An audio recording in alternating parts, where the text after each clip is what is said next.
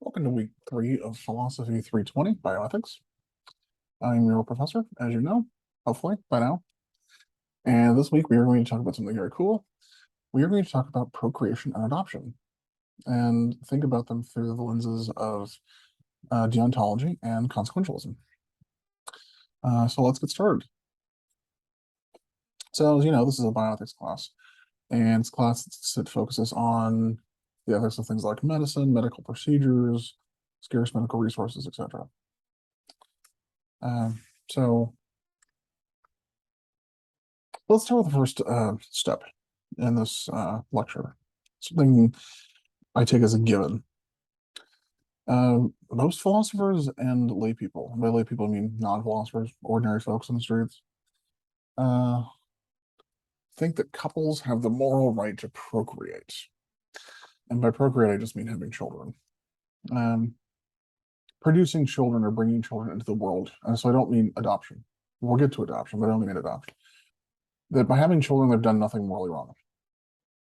This has been a standard view. Part of it, I think, is that people think uh, procreation has something to do with, a right to use your own body as you see fit, or it's a natural sort of process, and being natural, there's nothing morally wrong with it, or that we need procreation because it continues the persistence of the species, and humans persisting is a good thing. So probably all or some of these reasons are in the background when people think there's nothing morally wrong with choosing to have children. So that's sort of a given. We might call that our moral baseline. And I'm going to try in this week, or I should say I'm going to, some philosophers that we talk about this week are going to give you some reasons to doubt that. That view that you should actually be very morally worried about procreation. Okay, so I'm going to move this little window so you can see better. Okay, so some moral philosophers have been rethinking this. I mean, one way to think about this is that there are consequences for people other than the two there are consequences for people other than the two folks who were engaged in the procreative act to begin with. So suppose a man and a woman have a child, or a gay couple hires a surrogate woman to have a child for them, or you can whatever the process is.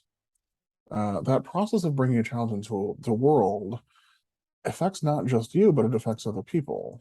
And one of the people it affects is the person being born. So you create a person who's vulnerable to suffering, whose life could go well, it could go badly.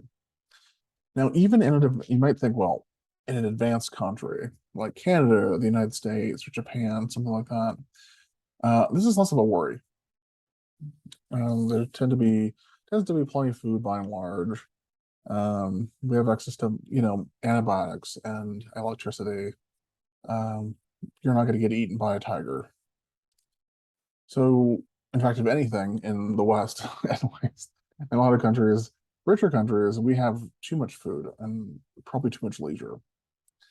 So you might be less worried about things going badly for your child if you live in a richer country. But it's important to keep in mind that even though that's true, there's still a lot of risk to having children. There's still a very serious chance that they could be harmed, kidnapped, killed, get cancer, suffer and die. People often forget that the children they have after they're gone will eventually be old people who are afflicted with all sorts of ailments. This child can harm other people, harm the environment, um, and even non-human animals. Not to mention the risks to themselves. So the risks that they face. They may get a debilitating disease, get killed in a war, have something horrible, traumatic happen to them that destroys them, become an alcoholic or a drug addict. You can imagine these various scenarios that your child is now subjected to, just as a result of existing. So, moving this window. So this is where the view known as antinatalism comes in, and our author, she discusses David Benatar and antinatalism somewhat and also Christine Overall in the paper, but we're going to go over it a little bit here. So there's a powerful antinatalism argument. So antinatalism is the opposite of pronatalism. Pronatalism is the view that it's morally permissible to have children. You don't have to have children, but there's nothing wrong with having children. So you're morally permitted or morally allowed, like it's okay, it's acceptable. The flip side of that, on the other side of the coin, is antinatalism, which is the view that having children is morally wrong. So there's this philosopher by the name of David Benatar, who's got a book. It came out in 2006. Highly recommend it if you're interested. It's a very, very fascinating book. It's called Better Never to Have Been. The Harm of Coming into Existence. Or coming into being, something like that. So he makes what he calls the asymmetrical argument. And this is the argument that the absence of suffering people is good, but the absence of happy people isn't bad. So that's this idea that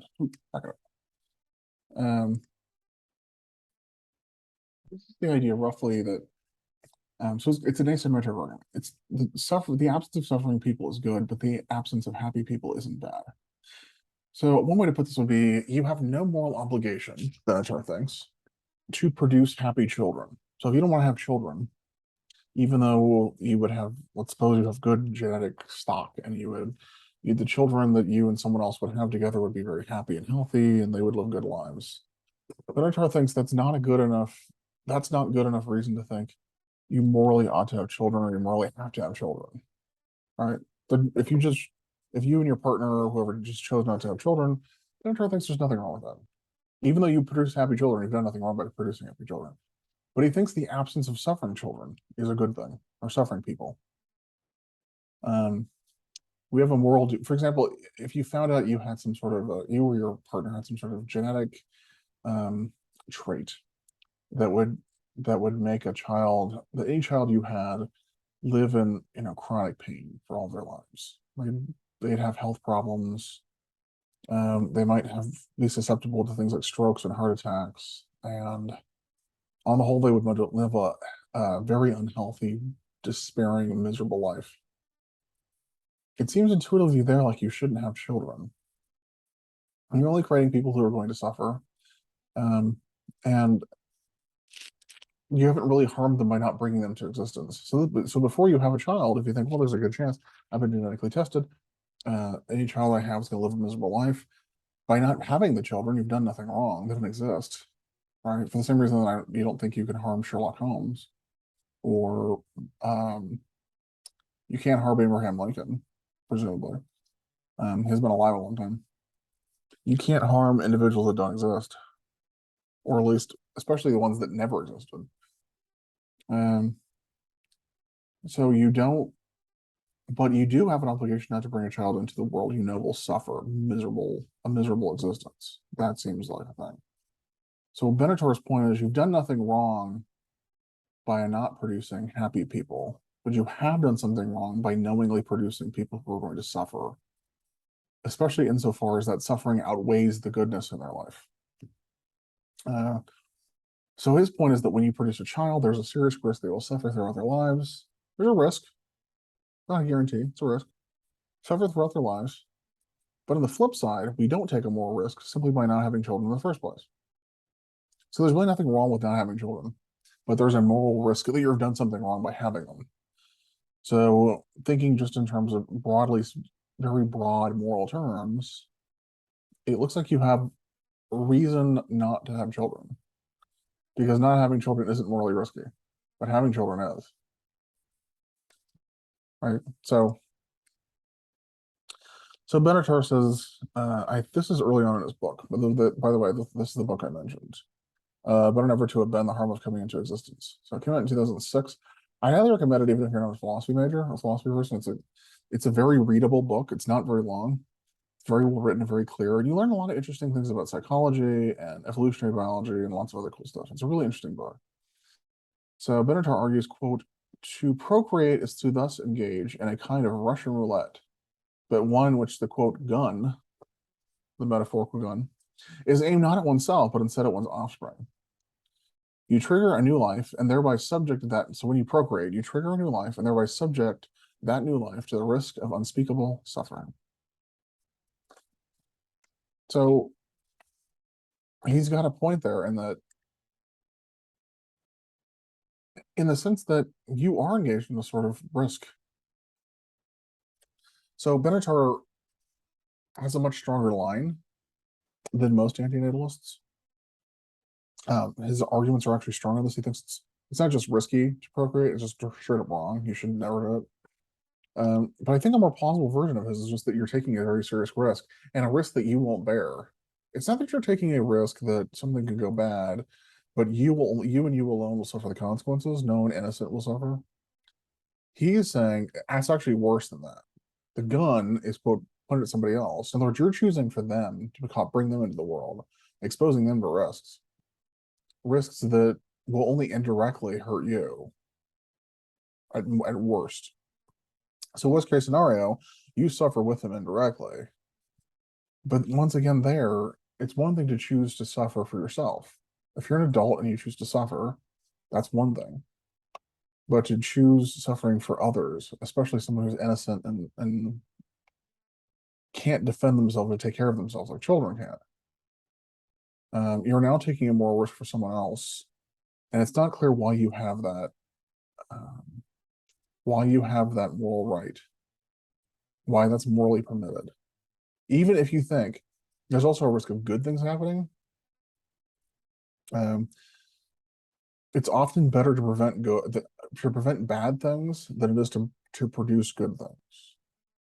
All right, like it's better to prevent suffering than to create happiness, or at least that's what he's going to argue, or that's kind of the general thought, the thrust.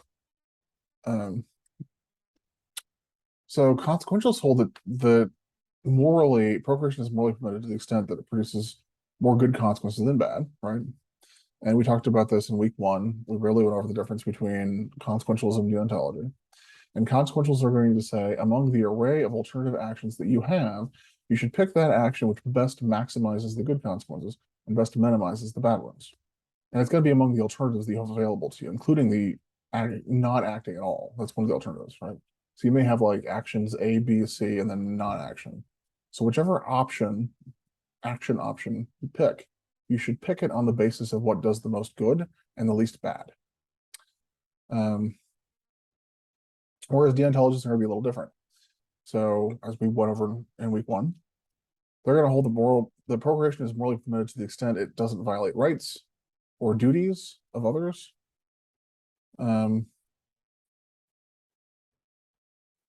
So we're not using kids as like a mere means to an end. You can use people as a means to an end, but not a mere means. So you're not having a kid just so you can try and save your marriage. Right? Some people may do that. They'll be married, have marital issues, and they think, maybe if I have a kid, that'll save the marriage. And you're subjecting a child to what could be a horrible life, depending on how bad or good their luck is, only to try and save your marriage, which doesn't often work anyway. But it's just using their existence for your own purposes. And deontologists would find that very morally off-putting. So it's not really clear whether consequentialists or deontologists, as such, should be pronatalists or antinatalists. It's probably going to depend on specifics in specific cases. But it's important to think about procreation through the lenses of both consequentialism and deontology. There's also a problem of opportunity costs. So opportunity costs are something that economists think about a lot more than philosophers, but opportunity costs are good to think about in ethics. And opportunity cost is broadly a cost you pay or an opportunity you give up. By choosing one option over another, often you give up those other options. So you're a college student, which is why you're taking this class online. And there's a certain opportunity cost to being a college student. And one of them is there are fewer hours in the day for you to work and make money. A lot of college students forego the opportunity to earn a paycheck for 4 years, or at least as substantial a paycheck as they would otherwise have had. So maybe you work 20 hours while you're in school instead of 45 or 50. But they do that because they think in the long run, you're going to end up making more money. It's an investment.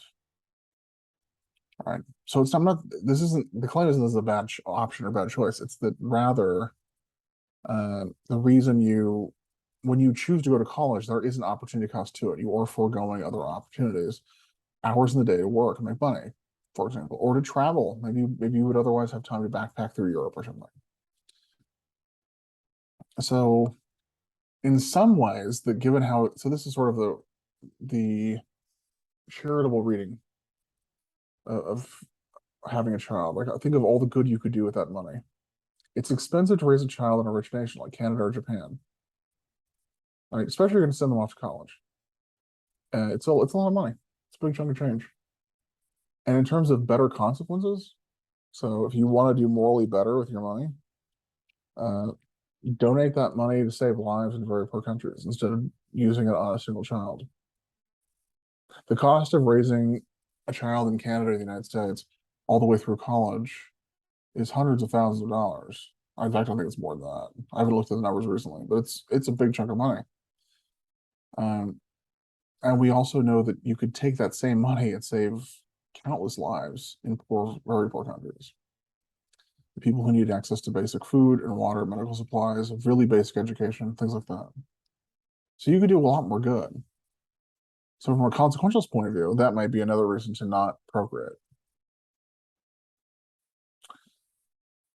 Another reason people will give for wanting to have children, one of them is, old age or legacy um, or continue with the species. They want the species to continue. They don't want humans to go extinct.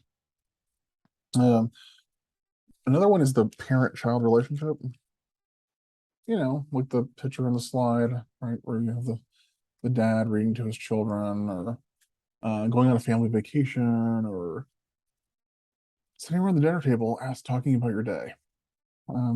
These are all, these are all things that are valuable and people value about having children. Right? It's you have issues with discipline and other things too with kids. Kids are a lot of work. They're very expensive, but they also can be very rewarding. I can't say that I have kids. I don't think I do. Like not that I'm aware of, but I have enough friends and family members who have kids who have told me this is a very special bond. It's a very special relationship. And that's a big reason why they want to have children. But it's not clear why that means the procreation is morally permissible. Remember, we've run a moral risk argument and an opportunity cost argument. So the opportunity cost is you could be doing so much more with that money, and you're spending on one child, and you could save the lives of hundreds. And there's also, you're taking a serious risk by having children, a risk that something terrible is going to befall them. I mean, imagine someone like, like the movie Taken with, what's his name? Anyway, it's an older movie now, but your child is taken hostage and maybe tortured and killed. All right, which granted, not only is it very graphic, but it's a long shot. But if that happened, you might think, a better way of them not having suffered is that they never existed, never had them. All right, I didn't have children, so there was no one to abduct and torture and kill, or there was no child to get, teenage or preteen cancer that was fatal. I've had friends that have this happen to. Their kid got cancer of the kidneys, spread about a year. They were gone within two. Didn't even reach 16. It was really sad. And yeah, these things are rare, but they still happen, and there's still a risk. So there's the moral risk, and there's the opportunity costs. Our argument. So there's two very good reasons some philosophers think not to have children. But then what do you do with the parent-child relationship? It's important and valuable. And a lot of people, even antinatalists, will recognize the value of it. Well, this is where our author thinks that the appeal to the parent-child relationship favors adoption instead of procreation. Since there are many reasons not to procreate, on the one hand, there's environmental reasons, there's reasons of moral risk, there's reasons of opportunity costs. So there's lots of reasons not to have a child, but there are lots of children who need a good home and lack one. So you would also be helping out a child by bringing them into your home and adopting them. So even the child-parent relationship argument doesn't seem to favor procreation over adoption. Um, so the thrust of this week is to think deeply about this idea that one, you have a moral, you're morally permitted to have children. Maybe, maybe not. Looks like there's some powerful arguments to think that you're morally obligated not to have children. And that even if the child-parent relationship is important to you, which is understandable, it's understandable why that would be valuable. You can capture that in other ways without procreation. Among them is adoption. So it's really something to think about this week as we're thinking about, or for this week, week 3, as we're thinking about parents and children through bioethics, through a lens of bioethics. So give it some thought.